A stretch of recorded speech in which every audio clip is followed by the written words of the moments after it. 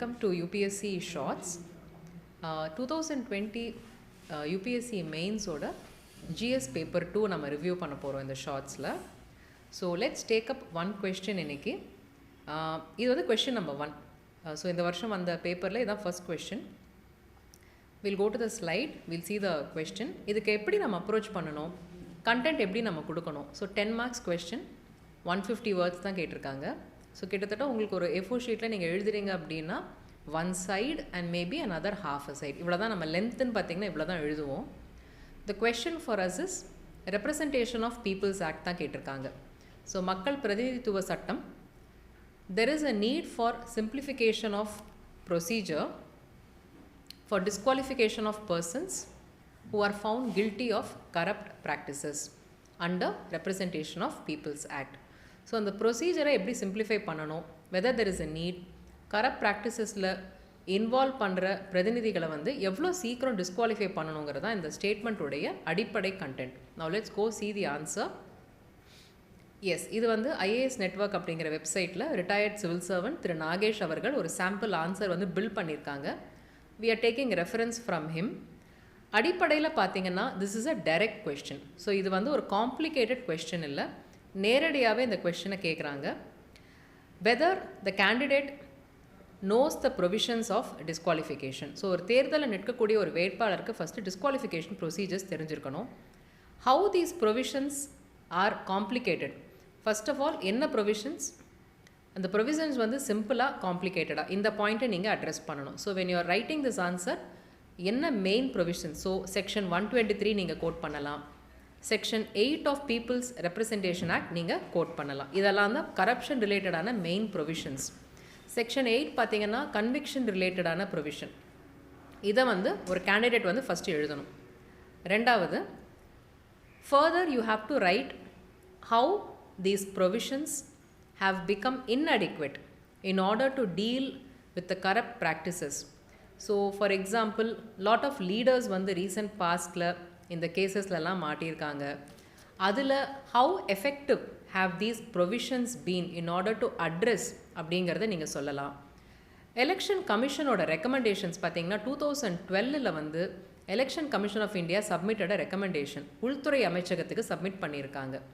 அவங்க என்ன சொல்லியிருக்காங்கன்னா, வித்தவுட் அ வாரண்ட் ஒரு எலெக்ஷன் சமயத்தில் பிரைபரி, கேஷ் அண்ட் கைண்ட் அந்த ஒஃபென்ஸ் வருது அப்படின்னா அது ஒரு காக்னசபிள் ஒஃபென்ஸாக இருந்தால் அரெஸ்ட் வாரண்ட் இல்லாமலே we should be able to arrest them அப்படிங்கிற ஒரு ரெக்கமெண்டேஷனை எலெக்ஷன் கமிஷன் கொடுத்துருக்காங்க.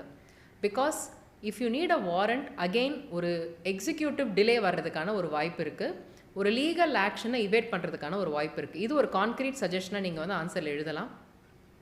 இன்னொரு ப்ரொவிஷன் பார்த்தீங்கன்னா, லோக்சபா செக்ரட்டரி ஜென்ரல், ஸோ மக்களவையுடைய செக்ரட்டரி ஜென்ரல் இருப்பாங்க, அவங்க வந்து ஒரு மேட்டரை பிரசிடெண்ட்க்கு ரெஃபர் பண்ணுறதுல டிலே வந்து ப்ரொசீஜரல் டிலேயை நீங்கள் அவாய்ட் பண்ணலாம். சம்டைம்ஸ் ஈவன் 5 years அந்த டேர்மே முடிஞ்சிடும் அந்த கேஸ் வர்றதுக்குள்ளே பார்த்தீங்கன்னா. இந்த ப்ரொசீஜரல் சஜஷனை நீங்கள் எழுதலாம். இன் டேர்ம்ஸ் ஆஃப் பனிஷ்மெண்ட், எவ்வளோ பனிஷ்மெண்ட் கொடுக்கலாம், குவான்டம் ஆஃப் பனிஷ்மெண்ட் பார்த்தீங்கன்னா அதை பற்றி நீங்கள் ஒரு பாயிண்ட் எழுத வேண்டியிருக்கும். So whether you are carrying the voter, whether you are hiring fleet of cars, trucks, இந்த மாதிரிலாம் நீங்கள் பண்ணுறீங்க பொழுது எலெக்ஷன் கமிஷனே கிராவிட்டி ஆஃப் பனிஷ்மெண்ட்டை டிசைட் பண்ணலாங்கிறது தான் கரண்ட் பொசிஷன். ஸோ இந்த ரெக்கமெண்டேஷன்ஸை நீங்கள் கொடுக்கலாம். What about law commission of India. Law commission of India வந்து 3 ரிப்போர்ட் கொடுத்துருக்காங்க. 244th 255th கொடுத்துருக்காங்க. லேட்டஸ்ட் வந்து 2015 கொடுத்தாங்க. அவங்களுடைய ரெக்கமெண்டேஷன்ஸ் ரிகார்டிங் பெண்டிங் கேசஸ், ஒரு MP அல்லது MLA அவங்க மேலே இருக்கக்கூடிய பெண்டிங் ட்ரையல் கேசஸ் பார்த்தீங்கன்னா டே டு டே பேசிஸில் ஹியரிங் வரணும்.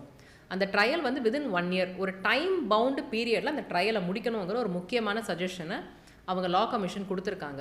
Now this has to be accepted and implemented. So in this case என்ன அப்படின்னா, லா கமிஷன் சொல்லியிருக்கிறது to go further, they have said that once convicted right to vote அவங்களுக்கு இருக்கக்கூடாது அப்படிங்கிற இன்னும் ஒரு ஃபார் ஃபெச்ட் ப்ரொக்ரெசிவ் சஜஷன் அவங்க கொடுத்துருக்காங்க. ரெம்யூனரேஷன், பர்க்ஸ் எல்லாமே நீங்கள் எடுக்கலாம் அப்படின்னு சொல்லியிருக்காங்க. அண்ட் ஃபால்ஸ் அஃபிடவிட் ஃபைல் பண்ணுறது. ஸோ ஒரு தேர்தல் களத்தில் வேட்பாளர் வந்து கண்டிப்பாக criminal antecedent, assets and liabilities, education குவாலிஃபிகேஷன்ஸை அஃபிடவிட்டாக ஃபைல் பண்ணுறது இன்றைக்கி compulsory. But if you are giving false details, அது ஒரு கரப்ட் ப்ராக்டிஸாக கிளாஸிஃபை பண்ணலாம். ஸோ இதுதான் வந்து எக்ஸிஸ்டிங் லூப் ஹோல்ஸை கவர் பண்ணக்கூடிய சில கான்க்ரீட் சஜஷன்ஸ். எப்போவுமே நீங்கள் வந்து குறைகளை எடுத்து சொல்கிறது ரொம்ப ஈஸி. ஆனால் ஒரு அதிகாரியாக நீங்கள் ஒரு ஃபியூச்சரிஸ்டிக்காக ஒரு யூபிஎஸ்சி அதிகாரியாக வரப்போகிறீங்க, குறைகளை நிவர்த்தி பண்ணுறது எப்படி? People want solutions from you. அந்த பார்வையில் தான் நீங்கள் ஆன்சரை அணுகணும் அப்படிங்கிறதான் என்னுடைய humble suggestion. So corrupt practices are huge in number. Ultimately ஒரு யூனிஃபார்ம் டிஸ்குவாலிஃபிகேஷன் ப்ரொசீஜர் வந்து நம்ம எல்லாருக்கும் வைக்க முடியாது. எல்லா ஆஃபென்சன்ஸ்க்கும் நம்ம 6 years டிபார் பண்ணணும் அப்படின்னு எல்லாத்துக்குமே நம்ம சொல்லக்கூடிய ஒரு நிலை வந்து கடினம் தான், கொஞ்சம் கடினம் தான். Because of the nature of offences which are also very very different. So free and fair எலெக்ஷனுங்கிறது compulsory. There is no compensation in that. But at the same time corrupt practices வந்து need to be addressed in a time bound manner, in a systematic manner, using the existing law which has to be modified time and again. Electoral reforms அப்படினு சொல்றதை விட காலத்துக்கு ஏத்தாற்போல் law has to catch up with the offenses in the time of information explosion. இதுதான் most important point நீங்க highlight பண்ணணும். So with this, thank you for joining me today in UPSC Shorts. So we have started this. I'll see you in the next Shorts. Thank you.